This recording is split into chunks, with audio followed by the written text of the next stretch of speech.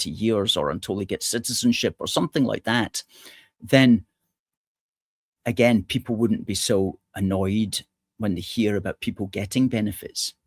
Okay, so benefits doesn't really work in a society where the borders are just open and everybody gets benefits just by coming here. So that's another thing. That's another thing. Anyway, I'll need to elaborate upon that in much depth at another point. But right now, I want to welcome our guest. Folks, please say hello to our man, Damien Davies. Hello there, Damien. Evening. How are we doing up in Scotland? How are we doing? Well, it's good to have you. It's good to have you on again, as always. You've been very busy, as you usually have been, on your YouTube page, which is youtube.com/at Cat Musings. And you put out one today. And let's just get straight into this. Why not? It was called Why Mass Migration Explosion Can Be Stopped. Would you like to just give us some background of what you were referring to there? Well, there's been a forecast that's been put out by a allegedly right-leaning newspaper, The Telegraph, saying that we're going to get a population explosion of over 7 million people immigrating to the United Kingdom, and this is from 2024 to 2034. So 8 years to go on that forecast. But that's predicated. That's predicated on everything remaining the same. So none of the variables change. So the same economic model, the same immigration model, the same orders from on high, down to the civil service being implemented and nothing changing. Now, I like to think that we can make that change. I like to think that it's not static, nothing's set in stone. I mean, for example, if you look at economic markets, when they do their predicting and they do their forecast, they only forecast 18 to 24 months in advance. They don't forecast 10 years ahead because it's completely volatile, it's unpredictable, and things can change. When we had the financial crash in 2008, where were the economic forecasts that predicted that? No one predicted it because they weren't predicting it. You can transpose that logic onto immigration models. Well, why we're predicting 10 years in advance, what do they know that we don't know? What are they saying can't change? That can change. My default position is always, democratically, this has never been voted for. So if this being implemented, it's being done against the democratic consent of the native British people. And this is what really grinds my gears, is when you get SNP politicians, I'm using them as an example, it could be any leftist party, it could be the Labour Party, it could be Plaid Cymru, it could be anybody, Lib Dems, anybody, when they're saying we need migration or immigration is good for the economy. No, it's good for the way that they do things currently. It's good for the economic model they're currently working within. It's good for the big corporate types because they get cheap labour. It's good for the people that own houses or lots of houses that they can rent out. It's good for them because they can drive up rents. It's not good for the person that wants to start a family but can't buy a house. It's not good for people that want better wages in Britain because they're getting priced out by cheaper competition. This is the thing. Nothing's in isolation. If you pinpoint one policy and say, well, immigration's good for Britain, okay, but what are the trade-offs and what are the presuppositions of immigration being good for Britain that you're working from? These are the assumptions that need to change. These are the assumptions that can change. You just need a political party that's willing to do so. Absolutely. Absolutely. The future is not decided and the future is not fixed in any way. And we see that all the time.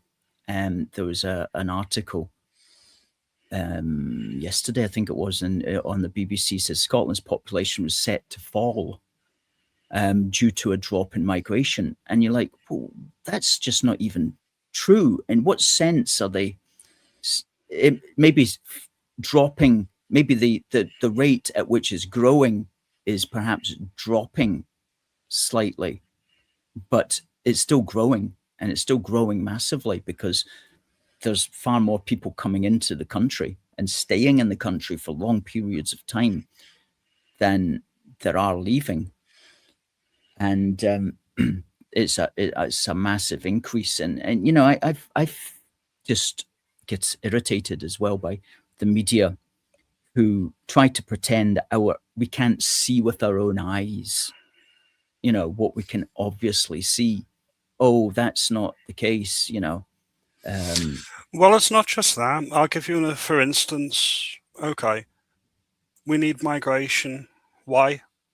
Explain it to me in layman's terms. Explain it to me like I'm five. Why do we need it? They never say why we need it. They just make vague platitudes.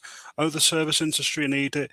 Oh, the hospitality industry need it. Well, okay, but also what you're also saying is that you want the economy and you want the country to continue as it currently is. You're not actually convincing me that this is a economic model or a country that's worth preserving in its current state. Say, for example, we ran the British Empire and we didn't have 70 million people in Britain running a global empire. We had about 40 to 50 million at the time.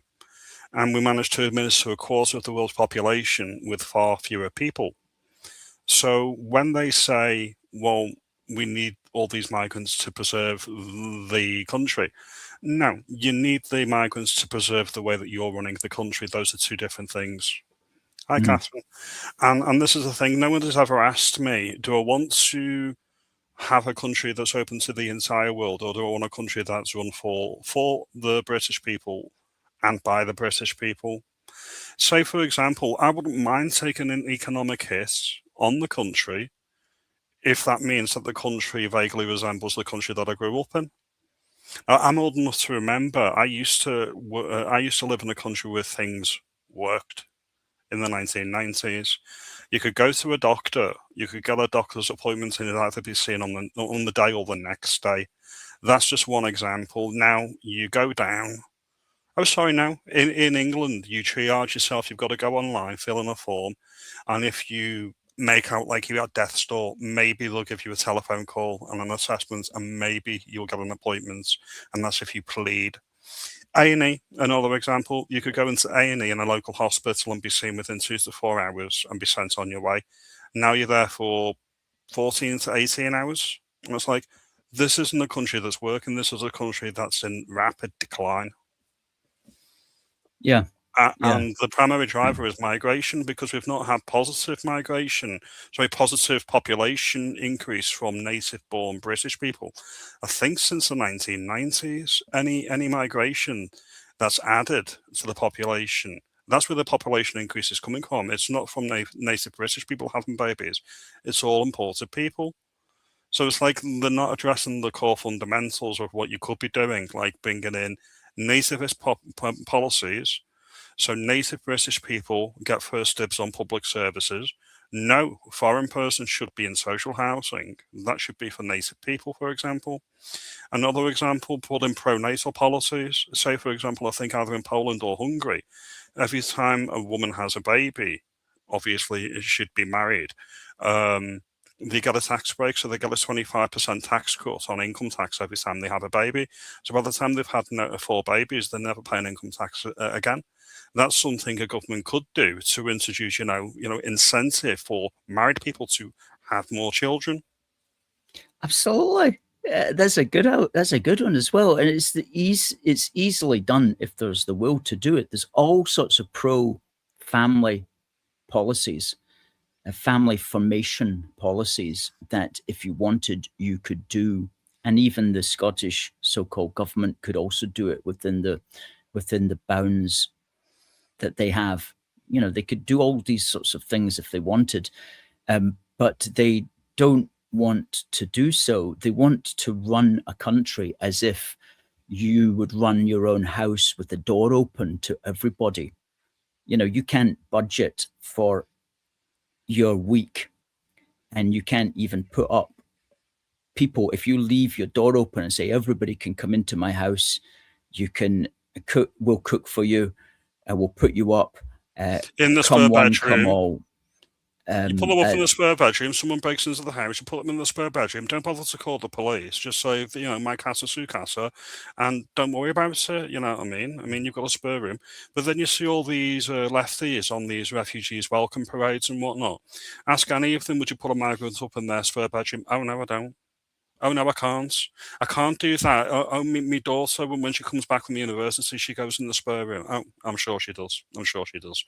You see, this is the thing, and I never use the phrase suicidal empathy. I always use the phrase homicidal empathy, because they're not doing it to themselves. They're doing it to the little people. They're doing it to the plebs, the people under them. They never suffer the consequences of their policies. It's always the little man or woman who have the grooming gangs in their area, that have a house full of migrants that are in a house of multiple occupancy in their constituency, in their council estate. Now, that HMO could have been for a native British family who want to get on the property ladder, or they want a place where they can actually start a family. But they don't get that house because it goes to the migrants that have come in on the Dover from, over the border from Calais to Dover. That's who gets the house. Is completely out of kilter with what right-minded people would think. I always come back to the side of it, whereas even if you wanted to be pro-migrants, we're skint, and we never voted for it. So until we've got a economy that's working, we're not in the red, we're in the black. Interesting side note, we've not been in the black financially speaking, actually running a surplus since the English Civil War and the restoration of the monarchy. That's how long we've been in the red for. So until we can afford it, and until we vote for it, come back later. I'm not really interested. Give us what we voted for. Yeah, absolutely. You're talking there about the house situation. That's a big issue in Glasgow at the moment. At least Reform UK are making it an issue in Glasgow, and the other parties are faced to are having to kind of deal with it. But once you get refugee status, that is, once an asylum seeker's claim has been granted, then the minute they get refugee status, they are entitled to be treated exactly as a British citizen as far as all access to benefits, houses, welfare payments, benefit payments, etc. are concerned. And that's absolute travesty. So if you wanted to stay here, it would make more sense for you to come in on a dinghy, chance your asylum application, and you could be, within 6 months, you could have full access to everything. Whereas if you come in legally, you don't get full access to everything. You do have to pay an NHS surcharge, and there are other restrictions until you get your indefinite leave to remain, which you can apply for after 5 years. So we spoke about that, the kind of injustice, as it were, of that in our book, Protect Our Country, when we went through the rules and the laws on that. And people can get that simply by going to Amazon. And we went through how all of that works. And it really is farcical, utterly farcical. And we've been doing this. And I just want to get something else off my chest about the absolute farce of these things, right? There was a report here in the this was back at the start of April. Migrants die in first crossing since UK's 16 million French deal. And what it was pointing out is that somebody drowned trying to board these ships. And then what then happened was when that dinghy reached Dover, the person that piloted it was arrested. Alleged pilot of migrant boat charged over 4 deaths. 4 deaths. Sudanese national, aged 27, appeared before Folkestone Magistrates Court. Now, what really got me when I read this is that he got charged under a new law. Endangering another during a journey by sea to the UK is a new offence introduced as part of border security legislation earlier this year. That's to say 2026. Now, this crisis and people dying crossing the the English Channel. That's been going on since 2018. And it's taken 8 years before our utterly useless political class has thought, oh, maybe we could do a law to convict people who captain these dinghies. Perhaps we could convict them of manslaughter. I mean, that should have been something that, like, within the first boat crossing in 2018, it's like, right, think tank, get together, let's consider all the laws we can bring in to try to stop this. So now 8 years later, we've eventually bothered to get a law on the statute books where this Sudanese national might possibly be convicted. But I mean, this is just basic stuff that gets completely ignored by our political class until they're absolutely forced into doing something. But then again, we're paying for it. We're paying for the court case. We're paying for him while he's here. I'm incredibly hard line on this. In fact, I think Restore Britain doesn't go far enough, but that's just my opinion. Until we've got a uninhabited Scottish island with a detention centre there, with an alligator Alcatraz like they've got in America, well, you've not gone far enough in my view. Now, me personally, I think maritime laws need to be revised as well, personally. I think if you're purposely putting yourself in harm's way, then that's on you, frankly. It's different if you're on the Titanic and the captain's ordered to speed and you've hit an iceberg and you're sinking. That's different. But as soon as Rose jumped back on the Titanic from the lifeboat, she's on her own. That's on you, love. You're voluntarily putting yourself back into harm's way. And it's the same with these people over from France. They're electing to get onto that boat. That's on them. That's just my view. They are an ally, shouldn't be picking them up at all. And they should be arrested when they arrive in Dover. That's just me. That's just the way I would view it. And when I say arrested, I don't mean arrested and then processed and put in a hotel. I mean, no, they're securely detained. Yeah. The risk is too great. Yeah. Oh, total. It is breaking the law of entry. It should be anyway. It should be considered to be breaking the law of entry. The UN Refugee Convention suspends all such laws of entry if the people are doing so. If they're making this entry in order to claim asylum, then the UN Refugee Convention says it doesn't matter how they get in, back of a lorry, dinghy, whatever. However, that should just all be suspended. Well, again, just say go to jail. But Cross again, the channel, go to jail. I think it's Simple. I think if you look at either Poland or Hungary, they've actually criminalised any NGO, non-government organisation. So their version of Stand Up to Racism, Care for Calais, they've been criminalised. So you can't actually. So basically, like we've got all of these pay well do nothing NGOs and all of their acolytes. They go over to Calais and they put all these signs up in English and Arabic and all these different languages on how to claim asylum and what you're entitled to when you get to Britain. All right. Anyone in Poland or Hungary that does that is arrested. And they don't receive any government money either.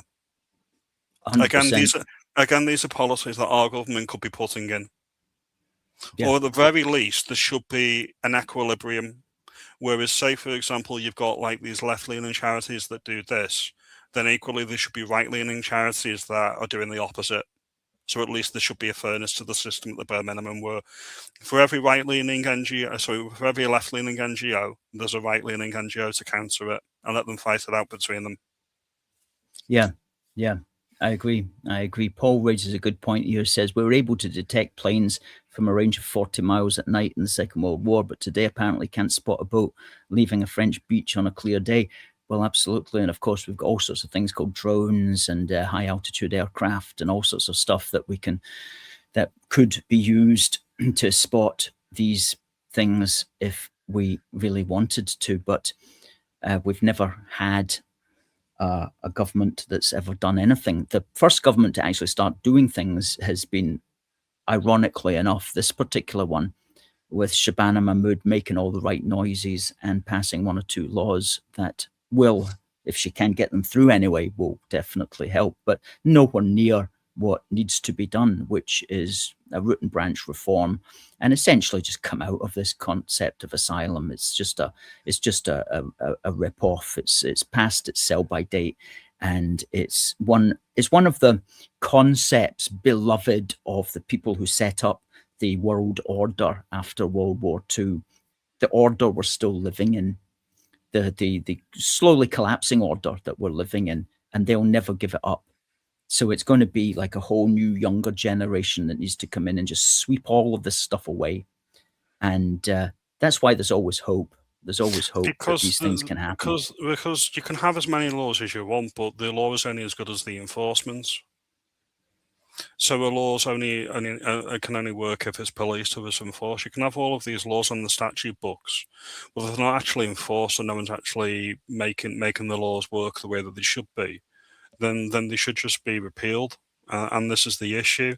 And as we can see from Trump and what he's been doing since New Year, basically, which has been it's been fun.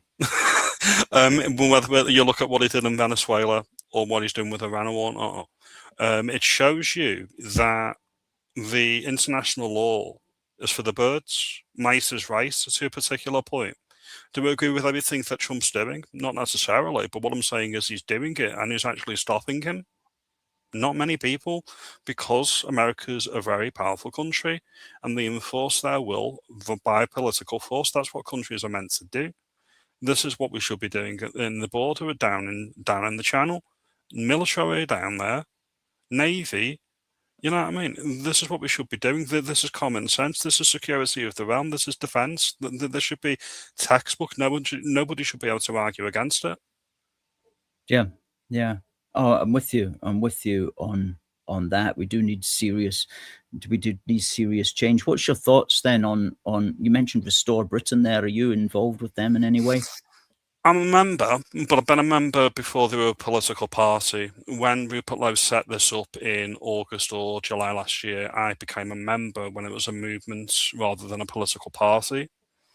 But I'm also in that delicate position where I'm actually got a Reform MP, and I'm in a Reform constituency, being Runcorn and Helsby.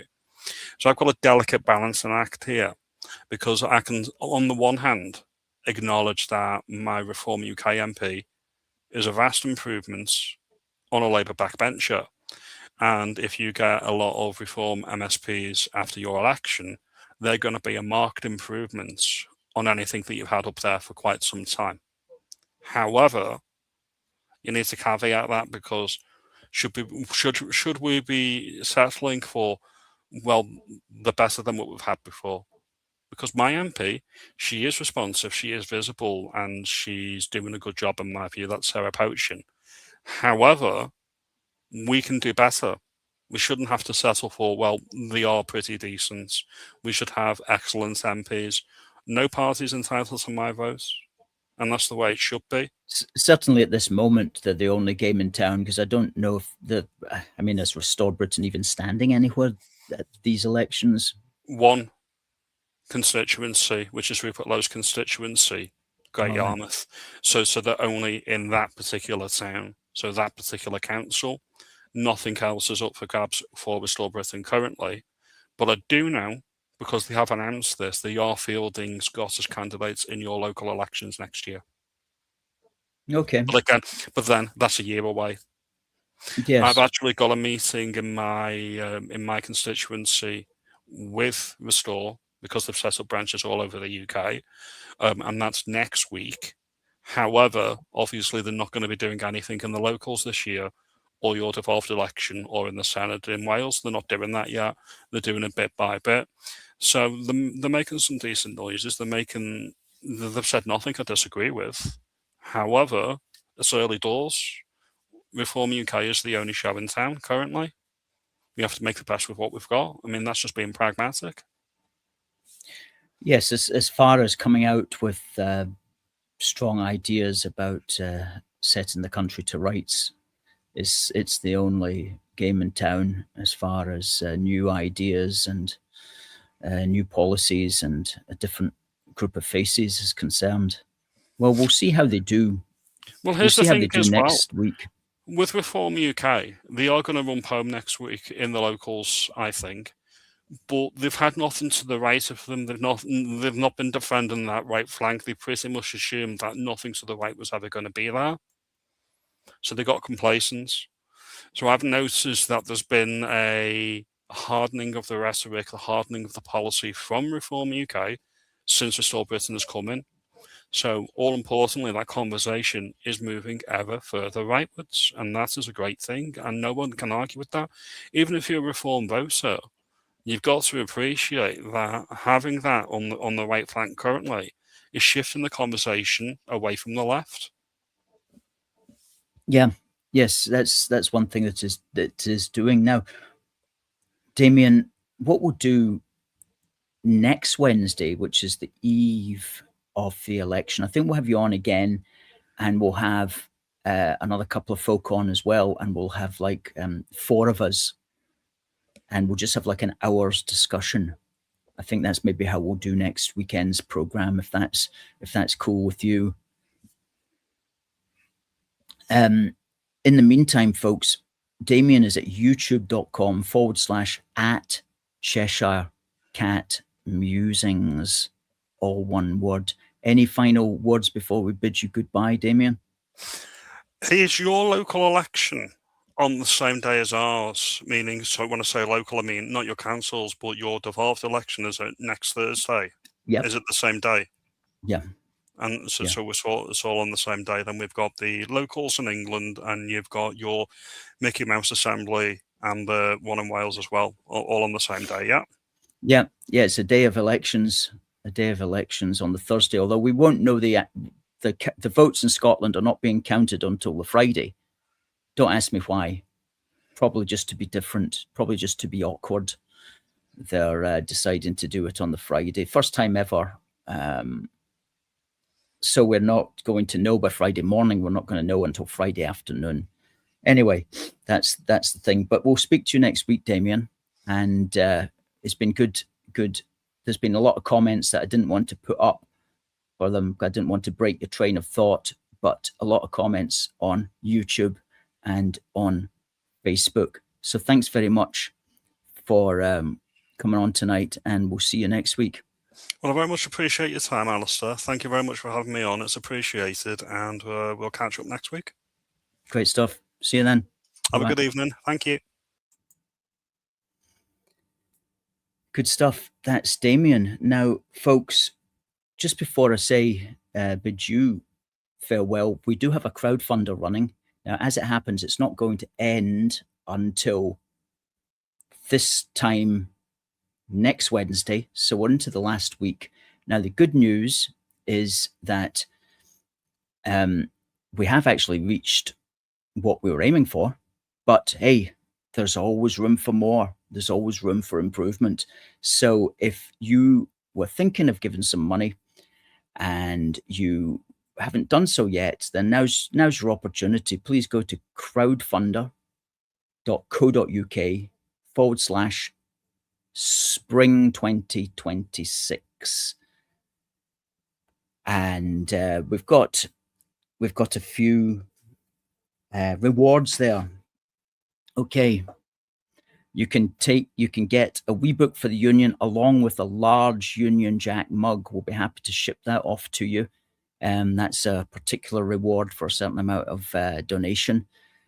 Okay, we've also got our books, Protect Our Country, and One Big Country, and also a wee book for the union. And we've also got a badge as well, which is another wee reward. Can we get that? Can we get that?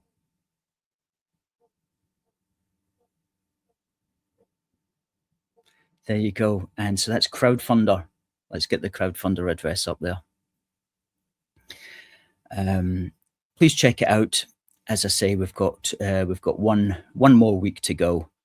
And thank you to everybody who's helped, because it really does keep us going through the summer and into autumn, and keep us flying the flags and keeping the British end up. Folks, we'll be back next Wednesday. It just remains for me to say God bless the United Kingdom, and God save the King. See you next week.